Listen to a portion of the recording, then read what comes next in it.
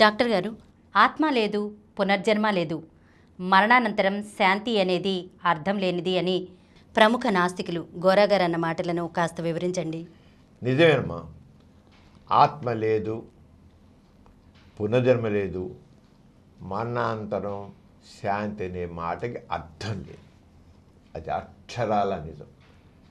ఇది చాలా సహజంగా ఎవరు చనిపోతే ఆత్మకు శాంతి కలగాలి, రెస్ట్ ఇన్ పీస్ అంటుంటారు. ఏంటి ఆత్మ? ఈ ఆత్మ అనేది ఉందా? ఈ ఆత్మ తీసుకునేది అసలు ఈ మానవ జాతి యొక్క పురోగమనం చూసినట్లయితే మొదటి నుంచి చూసుకుంటూ వచ్చుంటే ఈ మానవ నాగరికత మొదటి రోజుల్లో ఆత్మ అనేది లేదు. మనిషి మరణిస్తే నిన్నటిదాకా మనతో ఉన్నవాడు ఇలా అయిపోయాడేంటి అంతే. మనిషి కుళ్ళిపోవడం జరుగుతుండేది. మనిషికి కొంతకాలం పోయాక మనిషిలో చైతన్యం నశిస్తుంది, చలనం పోస్తుంది అంతే. వాళ్ళు జంతువులు చూస్తున్నారు, పక్షులను చూస్తున్నారు, చెట్లను చూస్తున్నారు. అన్ని జీవులకి కొంతకాలం అయిపోయాక ఇక అవి చైతన్యరహితం అయిపోతున్నాయి అంతే. వాటి మనిషికి అయితే మరణం అన్నారు, జంతువులు వాడు కూడా మరణం లేదు, చావు అనుకున్నారు. అంటే కొంతకాలం పై మనిషి ఇంక అయిపోతుంది, కొంతకాలమే వాళ్ళు చైతన్యంగా ఉంటారు అనేది ఊరుకున్నారు. బాగుంది. ఇంకా అలా ఊరుకున్నారు అంతే. ఏదైనా కొంతకాలమే, పగలు వచ్చింది తర్వాత రాత్రి వస్తుంది, మళ్ళీ పగలు వస్తుంది, మళ్ళీ రాత్రి వస్తుంది, ఏదైనా కొంతకాలమే అనేది అనుకున్నారు మొదట్లో అంతే. ఇంక రెండోది లేదు. కానీ మనిషి తనతో చాలా క్లోజ్గా ఉన్నవాళ్ళు మరణిస్తే ఒక బాధ. ఒక తండ్రి చనిపోయాడు, ఒక భార్య చనిపోయింది, లేదా కొడుకు పోయాడు, ఒక కూతురు పోయింది, భార్య పోయింది, ఇలా పోతే లేదు భర్త పోయాడు. పోయినప్పుడు ఆత్మీయుడు పోయినప్పుడు ఏమైపోతుంది అబ్బా అని ఒక దిగులు వాళ్ళకి. ప్రాణం ఏమవుతుంది, వీళ్ళు ఎంతేనా, మరణమేనా, ఇంకేమైనా ఉంటుందా ఉండదా, అసలు వీళ్ళు ఉండరా మనవాళ్ళు. జ్ఞాపకాలు మాత్రం వెంటాడుతూ ఉంటాయి, వెంటాడుతుంటాయి. ఆ వెంటాడుతుంటే చివరికి సాంత్వనకి ఆత్మ అనే భావం వచ్చింది. ముందు మరణం అంటే కొంతకాలం తప్పదు, చైతన్యం కొంతవైపు చైతన్యం పోతుంది అని తెలుసుకున్నారు. తర్వాత ఈ మనుషుల్లో ఉన్నటువంటి ఆ క్లోజ్నెస్, అసోసియేషన్ అది ఉండేది కల్లా చివరికి ఏం లేదు, శరీరం నశ్వరం, ఆత్మ మాత్రం శాశ్వతం అని ఒక ఫిలాసఫీకి వచ్చారు. అదొక సాంత్వన కలిగింది. శరీరం పోతుంది, అన్ని జంతువులు పోతున్నాయి, పక్షులు పోతున్నాయి, అలాగే మనుషులు పోతారు. కానీ ఆత్మ అనేది ఒకటి నుంచి సేవా, అది మాత్రం ఎక్కడ పోదు. పోయినా ఆ దాంట్లో ఒక ఆత్మ ఉంటుంది. అది తిరిగి మళ్ళీ మన పిల్లల రూపంలోనో మనవల రూపంలోనో ఆ మనవల్లోనో ప్రవేశిస్తుంది. ఆత్మ మన వాళ్ళకి వచ్చేస్తుంది, మన పిల్లలకో మన వాళ్ళకో ఎవరికో మన చుట్టూ వచ్చి మన దగ్గరే ఉంటుంది, మనతోనే ఆప్యాయంగా మెలుగుతుంది. అంచేత ఆత్మ అనేది ఒకటి ఉంటుంది అని ఒక భావాన్ని కలిగించుకున్నారు. అందుకనే శరీరం నశ్వరం, ఆత్మ శాశ్వతం అనే భావాన్ని కలిగించారు. సరే, కొంతమంది మరి ఎక్కడ అలాంటి భావాలను కలగట్లా. పిల్లలు పుట్టట్లేదు, పిల్లలు అలా ఆత్మీయత కనబట్టలేదు, ఏమీ లేదు, ఏ రకమైన జ్ఞాపకాలు కనబట్టలేదు. ఏ రకమైన మనుషులు, ఆ వెళ్ళిపోయే మనుషులు ఎక్కడా కూడా మరి మన అంత ప్రేమించిన వ్యక్తి మరి ఎక్కడో చోట ఆత్మని కూడా ప్రవేశిస్తే వాళ్ళు వచ్చి మన దగ్గర కాస్త ఉండాలి కదా, మనమే ప్రేమ చూపించాలి. ఏంటి మనం ఏం పట్టినట్లు ఉంటే, ఎవరు పట్టినట్లుంటే ఏమైపోతుంది ఆత్మ? వెళ్ళిపోతే మళ్ళీ వస్తుంది అనుకుంటున్నాం. ఆత్మ ఉంటుంది, వెళ్ళిపోయినా పోదు, అది శాశ్వతమే కదా, అది మన దగ్గరే ఉంటుంది ఇలాగనుకున్నాను. కాదు, స్వర్గం ఉంది, స్వర్గంలో దేవుడి దగ్గరికి వెళ్ళిపోతుంది, పరమాత్మలో కలిసిపోతుంది, ఇంకా అక్కడ పరమాత్మ శాంతి పొందుతుంది. అంచేత ఆత్మకి శాంతి. పరమాత్మ దగ్గర ఉండి మన గురించి ఆలోచనలు లేకుండా ప్రశాంతంగా ఉండు. మనం బాగుంటాం, నువ్వు ప్రశాంతంగా ఉండు. నువ్వు అక్కడ పరమాత్మ దగ్గర చేరిపోయావు కదా, మేము వస్తాం అక్కడికి, నువ్వు మా గురించి ఆలోచించుకో, రిలీజ్ వెళ్ళిపోయిన ఆలోచించుకో ఆత్మను మమ్మల్ని వెళ్ళి శిల్పి ఆలోచించుకు. నువ్వు పరమాత్మ దిగిలేవు, పరమాత్మ స్వర్గంలోకి వెళ్ళావు, పరమాత్మలో లీనమయ్యావు, మా గురించి ఆలోచించుకు. మేము కూడా నీతో వచ్చి కలుస్తాం. అదే ఆత్మకి శాంతి. మేము కూడా వస్తాం, ఇన్సూరెన్స్ ఇవాళ రేపుగానే వస్తాం, అలా ఉండు అని ఒక రకం ఇన్సూరెన్స్. అక్కడ రెస్ట్ ఇన్ పీస్ అని ఈ భావాలన్నీ ఒకటి తర్వాత ఒకటి నిదానంగా పెరుగుతూ వచ్చాయి. దేని మనిషి యొక్క ఎమోషనల్ కనెక్టివిటీ వల్ల ఇవన్నీ వచ్చాయి. మరి ఈ ఆత్మ అనేది ఎంతవరకు ఉంది?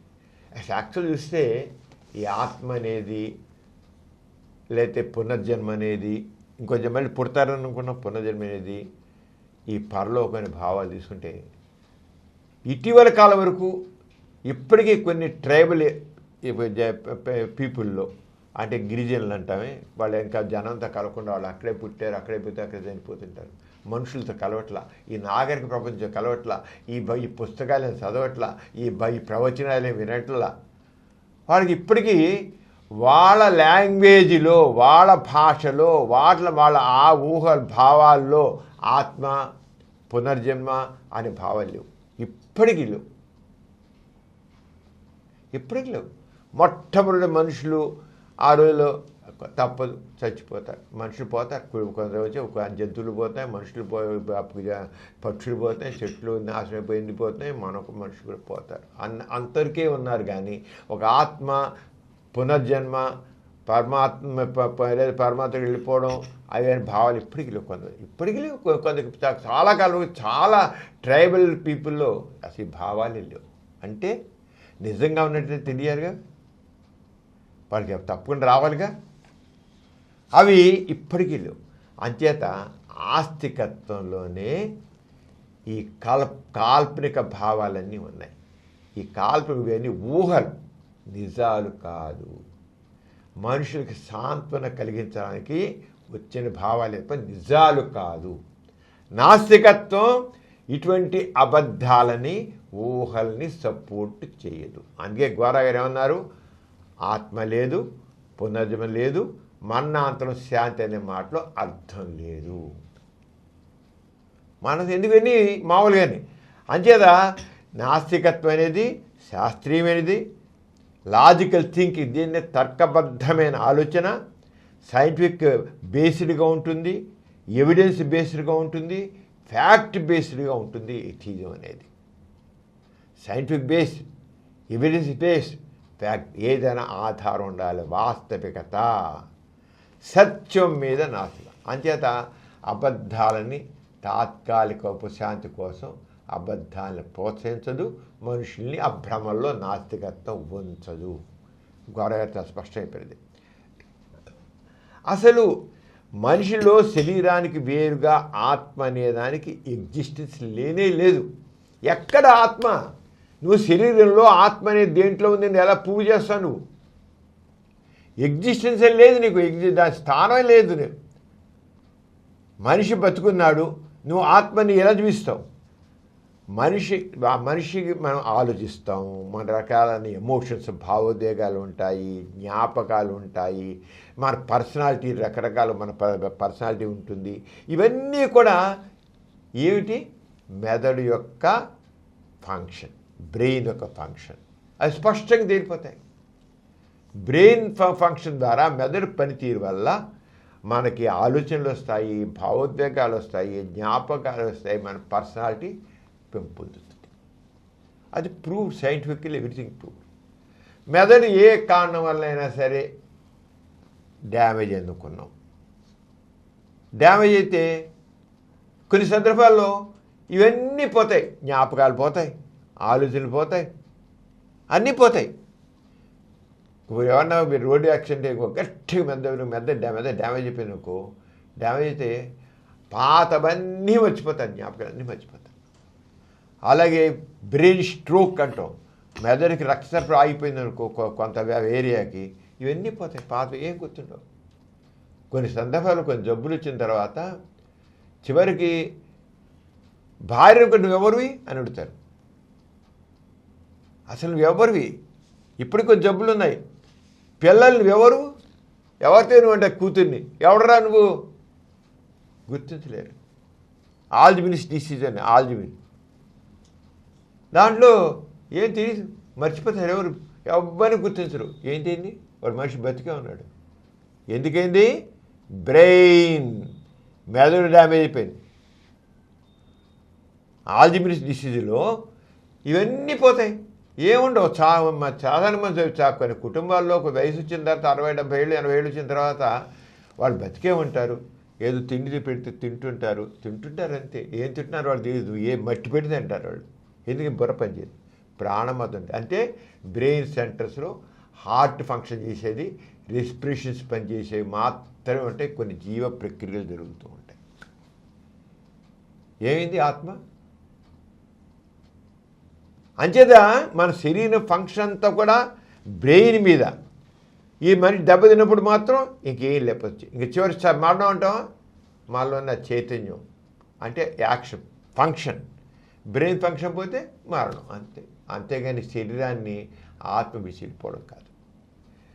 ఇంతవరకు మనిషి శరీరం సంబంధించిన ప్రతి కణం, ఆ కణంలో క్రోమోజోమ్స్, ఆ క్రోమోజోమ్ల జీన్స్ యొక్క ఫంక్షన్ గురించి మనం మొత్తం క్షుణ్ణంగా మెడికల్ సైన్స్ స్టడీ చేసింది.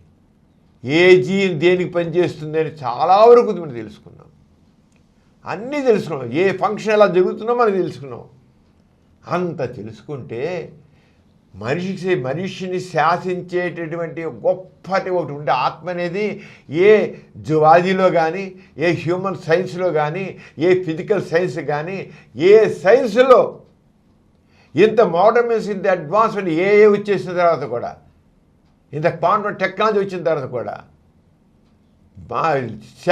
సెల్లో మాలిక్యూల్ని ఐడెంటిఫై చేసేది వచ్చిన తర్వాత కూడా ఆత్మ అనేది ఐడెంటిఫై కాలేదంటే అది ట్రూత్ అని ఎలా అవుతుంది? ఏది ప్రతి ఒక్కటి మనకి ఈ పని జరుగుతుంది, ఇదిగో దిస్ ఈజ్ ఎవిడెన్స్, ఇది కారణం అని చూస్తున్నాం. నేను మాట్లాడుతున్నాను, నేను ఇలా ఉన్నాను, ఇప్పుడు నీ మాటలు ఇలా చెప్తున్నాను, వాట్ ఈజ్ హ్యాపెనింగ్ నా చెప్తాను. చనిపోయే వరకు బాడీలో చివరి సెల్ పోయే వరకు, డెడ్ అయిపోయి అది డీజనరేట్ అయ్యే వరకు ఎన్ని ప్రాసెస్లు జరుగుతాయో అవన్నీ మెడికల్ సైన్స్ చూపిస్తుంది. కణం చైతన్యవంతం వరకు మనం జీవించడం, ఆ కణం యొక్క ఫంక్షన్ అయిపోయింది, తర్వాత డీజనరేట్ అయిపోతుంటుంది, కుళ్ళిపోయేదాకా కూడా ఏమవుతుంది, లాస్ట్ ఫేజ్ కుళ్ళిపోయి దాని అస్తిత్వం టోటల్గా పోయే వరకు మెడికల్ సైన్స్ ప్రతి కణాన్ని విశ్లేషించే స్థితిలో ఆత్మ అనే దాన్ని, శరీరాన్ని వెళ్ళి ఆత్మ, మనిషి చనిపోగానే శరీరం వెళ్ళిపోయి ఆత్మని ఎలాగ మనిషి చనిపోయి వెంటిలేటర్ పెట్టి ఉంచుతారు.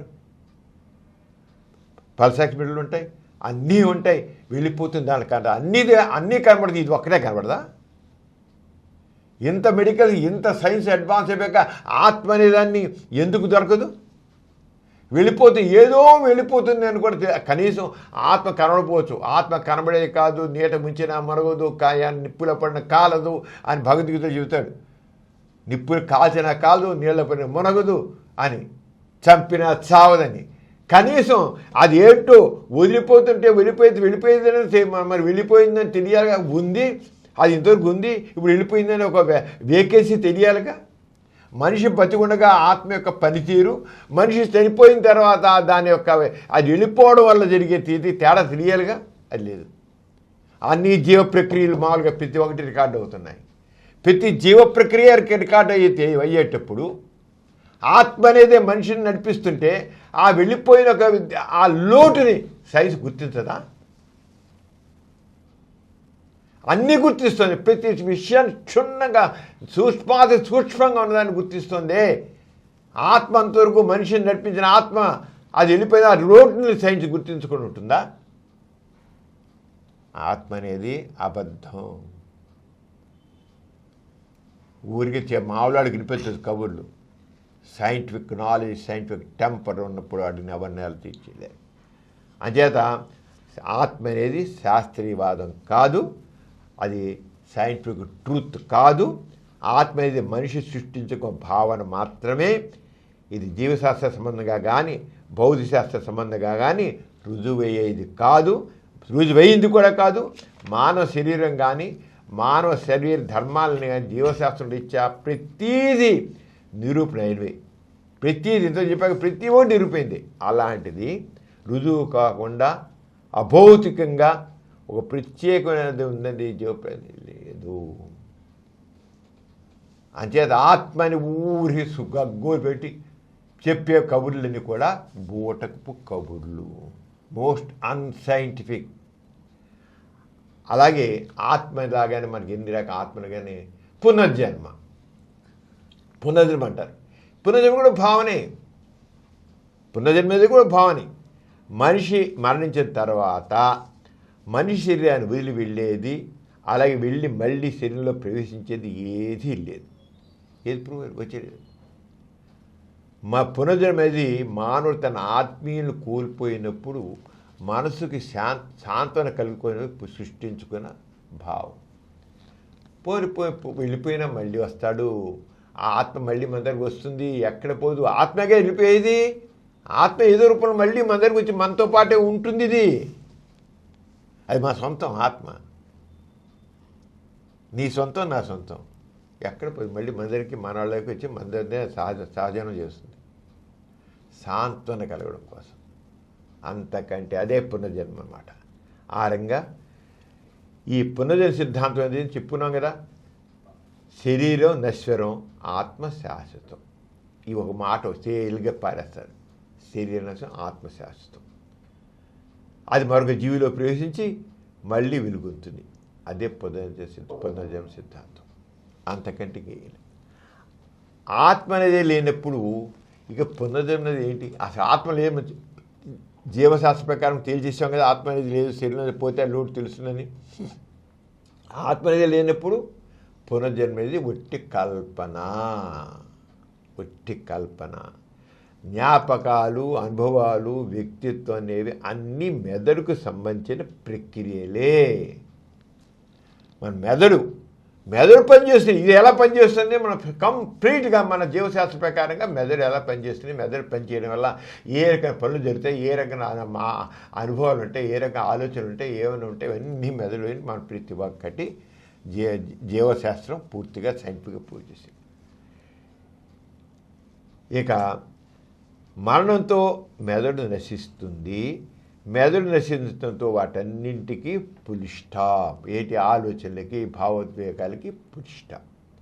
మెదడు నాశనంతో అవన్నీ ఇంకేం ఉండవు, ఇంకంతే. అందుకే ఆత్మ ప్రయోజనం కాదు.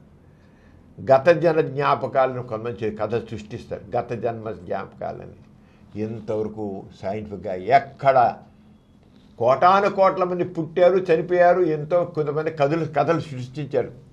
ఇది పునర్జన్మ పునర్జన్మ గాథలని మన నాసికేంద్రపురం కూడా మన ఇల్లు ఎన్నో చూసి ఎక్కడో పద్మావతి పునర్జన్మ గాథని అది గొడవల పరీక్ష అన్నీ ఒకటి క్రియేట్ చేశారు. కొన్ని ట్యూటరింగ్ చిన్నప్పటి నుంచే నువ్వు మీ అమ్మమ్మవేనే, మళ్ళీ నువ్వు పుట్టేవే, అమ్మమ్మ పోయింది అనుకున్నావు, అమ్మమ్మ నువ్వు పుట్టిందే నీలోను, అమ్మమ్మ ఆత్మ నీలో వచ్చిందే, అమ్మమ్మ నీలాగానే మాట్లాడేదే, అమ్మమ్మ ఇవి చెప్పేదే, అవన్నీ నువ్వు అచ్చ అమ్మవే అని అంటుంటే, ఓహో ఇది చిన్నపిల్లలకి ట్యూటరింగ్, నువ్వు ఇలా అంటే నిజంగా నమ్ముతారు వాళ్ళు. ఆరంగా నువ్వెవరే, దాని పేరు కూడా అమ్మమ్మ అచ్చమ్మ పెడతారు, నీకు కూడా అచ్చమ్మ పెడతారు. అమ్మమ్మ పేరు అచ్చమ్మ అయితే మీరు అచ్చమ్మ పెడతారు. అచ్చమ్మ మా అచ్చమ్మ మాట్లాడుతుంటే, అచ్చమ్మ పూర్వజన్మలో ఏంటి? నేను పూర్వజన్మలో ఆ ఇంట్లో ఉండేదాన్ని. ఎందుకు చెప్తారుగా అచ్చమ్మ ఆ ఇంట్లో ఉందని. నాకు 2 అక్కలు, 2 తమ్ముళ్ళు, నాకు ఆ కథలు చెప్పారుగా చెబుతుంది. ఇలాగా ట్యూటరింగ్ అంటారు. నువ్వు అబ్బో పునర్జన్మ కథ నిజంగా దాని జ్ఞాపకాలను వీళ్ళు గుర్తొస్తున్నాయే పునర్జన్మ కథలు అంటావు. ఏం లేదు, ట్యూటరింగ్, చిన్న పిల్లల ట్యూటరింగ్ అంటారు దీన్ని.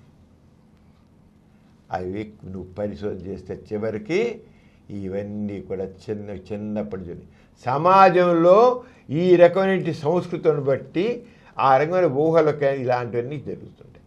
అంతేగాని ఎక్కడ ఏమి సంబంధం లేకుండా యాదృచ్ఛంగా కొన్ని చిన్న మాట్లాడి కలిసే కదా, యాదృచ్ఛంగా యాక్సిడెంటల్గా కొన్ని ఉంటుంది.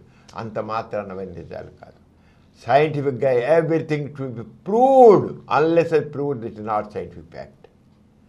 అంచేత పునర్జన్మ గాథలనేవి లేవు. ఎక్కడ లేవు. ఎన్నో వందల వేలు ఎవరిలో వీళ్ళు వాళ్ళు సృష్టించారు. ఆ సృష్టించినవన్నీ ఒట్టి బోగస్, ఒక ప్రయోజనాన్ని కాంక్షించి సృష్టించిన కథలేని తప్ప ఇంకోటి కాదు అని తెలిపోయింది. ఇందులో ప్రపంచంలో ఏ పునర్జన్మ కాదని నిజం కాదు. ఆస్తికులు మాత్రమే ఆ కట్టు కథలని నమ్మి ప్రచారం చేస్తారు అవతార పురుషుల్లాగా. అంతకంటే పునర్జన్మది ఎక్కడ, ఆత్మే లేని పునర్జన్మది లేదు. పునర్జన్మ నిజమైతే అది ప్రతి మనిషికి సమానంగా ఉండాలి. కొంతమందికి ఎక్కడో కోర్టులో ఒకరికి ఎందుకు ఉండాలి? అందరికి సమానంగా ఉండాలి. సాక్ష్యాలతో నిరూపించబడాలి. అదేం లేదు కదా.